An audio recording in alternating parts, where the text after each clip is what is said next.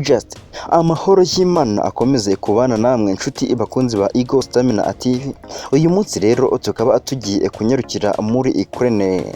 Abategetsi bo muri Ukraine baburiye abaturage ko intambara icyo gihugu kirwana n'Uburusiya ishobora gukaza umurego mu mpera z'iki cyumweru.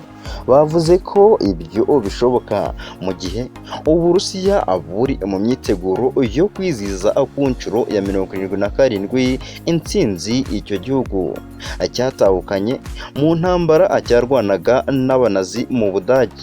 Ni ibirori biba hirya no hino mu Burusiya bikarangwa n'akarasisi ka gisirikare.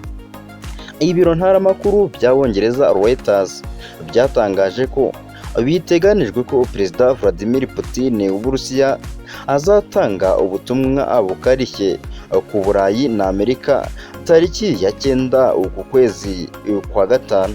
Umuvugizi wa Minisiteri y'Ububanyi n'Amahanga w'Uburusiya ejo yatangaje ko icyo gihugu nta gahunda gifite yo kurasa intwaro za nucleaire kuri Ukraine.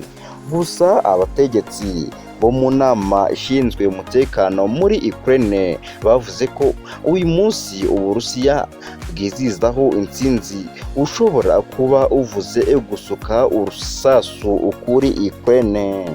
Ngayo nguko rero ibyo muri Ukraine byo bikaba bikomeje kurusha kuba bibi cyane, kuko iyi ntambara igiye gukabakaba amezi 3 Uburusiya bugabye ibitero kuri Ukraine. Nubwo Uburusiya bwo butabyita ibitero ahubwo bwigamba buvuga ko ari ibikorwa bya gisirikare bwatangije muri Ukraine.